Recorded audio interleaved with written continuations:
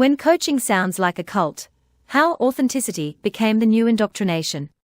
Behind every cult leader, there is usually a system that once passed for self-improvement. Before NXIVM became a global scandal, it began as a personal development company selling executive success programs. Keith Raniere did not start as a messianic figure. He started as a coach. Raniere borrowed heavily from Neuro-Linguistic Programming, a pop psychology framework from the 1970s that claimed to teach people how to reprogram their minds for success. His modules on human potential, personal mastery, and authenticity looked just like leadership programs. The techniques he used were not unique to cults. They are still taught in coaching rooms around the world. The language of authenticity. In his well-known conversation with actor Alison Mack, Raniere sits cross-legged, calm, thoughtful, and completely certain. He speaks in loops about authenticity, alignment, and truth. It sounds profound until you actually listen. If you're trying to be authentic, you're no longer authentic. That sentence is not wisdom. It is an NLP double-bind, a linguistic trap that disorients the listener. The only way out is to accept his definition of authenticity. It is hypnotic not because it is deep, but because it goes in circles. Coaches often use similar phrasing. They ask, "Who are you when you strip away expectation?" or "What stories are you still living?" It feels reflective, but it is really a way of breaking down identity so that it can be rebuilt inside the coach's worldview. When psychobabble becomes indoctrination. Cults and coaching programs both rely on psychological confusion disguised as insight. Raniere's use of words such as alignment, programming, and conditioning comes straight from NLP material. These terms reduce complex human experience to a mechanistic model that supposedly needs fixing by the trainer. Coaching culture uses the same type of language. You're running an outdated program. Your mindset is misaligned with your purpose. Let's reframe your limiting belief. Each statement suggests that the coach holds the tools to rewrite your inner operating system. That is not empowerment.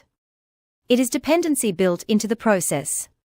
The cult coaching continuum.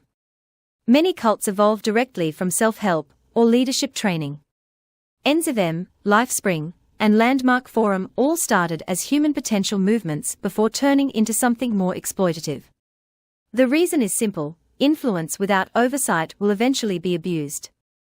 Both coaching and cult systems promise transformation. You will become your best self, your authentic self, your higher self. Use trance-like language. Repetition of words such as truth, authenticity, and alignment creates rhythm and authority. Redefine morality as mindset. Doubt and guilt become programs to transcend. Reframe resistance as weakness. If you question the process, it means you are not ready yet. Deify the teacher. Whether it is Raniere, Tony Robbins, or a self-styled leadership coaches, followers speak as though their mentor has revealed ultimate truth. The intensity of devotion is the same. Look at the comments beneath the posts of popular coaches and spiritual influencers. The language mirrors what you find under cult sermons: life-changing, forever grateful, you have transformed me. The difference is one of presentation, not substance. The hypnosis of truth. Modern coaching brands now sell truth as a product. They talk of subjective truth, objective truth, and the quadrants of truth, layering philosophical jargon over emotional vulnerability. It sounds intellectual, but functions exactly like Raniere's authenticity routine. It draws people into semantic hypnosis. The message becomes self-validating. If you understand it, you are enlightened.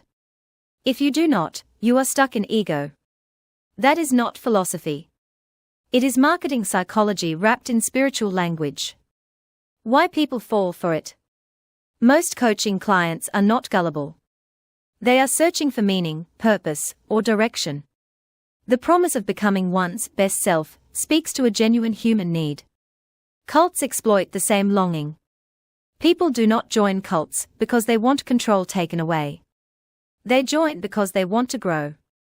Both systems tell people to look within while quietly conditioning them to look upward, toward the leader, the method, or the ideology that promises freedom. It is a paradox that keeps paying dividends to whoever holds the authority. When coaching crosses the line. Not all coaching is manipulative. But any coaching system that positions the coach as enlightened or above criticism, sells identity transformation as a commodity, discourages dissent or alternative viewpoints, and frames doubt as resistance or low vibration, is walking the same ethical boundary that Raniere eventually crossed. These are not isolated cases. They are a predictable result of an industry that prizes belief over evidence, charisma over competence, and loyalty over critical thought. The hard question: when does coaching stop being guidance and start becoming indoctrination? When the language of growth becomes a script of control.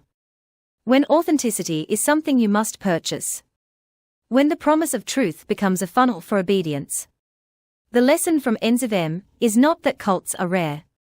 It is that the techniques they used were already embedded in countless self-help seminars and coaching courses. All it takes is someone confident enough and unethical enough to weaponize them.